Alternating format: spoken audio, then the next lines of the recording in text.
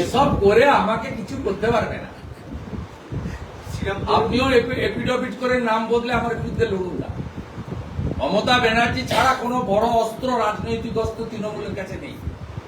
যার কাছে তৃণমূলের সবচেয়ে বড় রাজনৈতিক অস্ত্র ভোতা হয়ে যায়, তার কাছে কি আর কারোর সঙ্গে লড়তে হয়নি। আমি তো অপেক্ষা করছিলাম যে কলকাতা থেকে মমতা ব্যানার্জি বা তার সমকক্ষ কোন নেতা নেত্রী আমার বিরুদ্ধে লড়বে।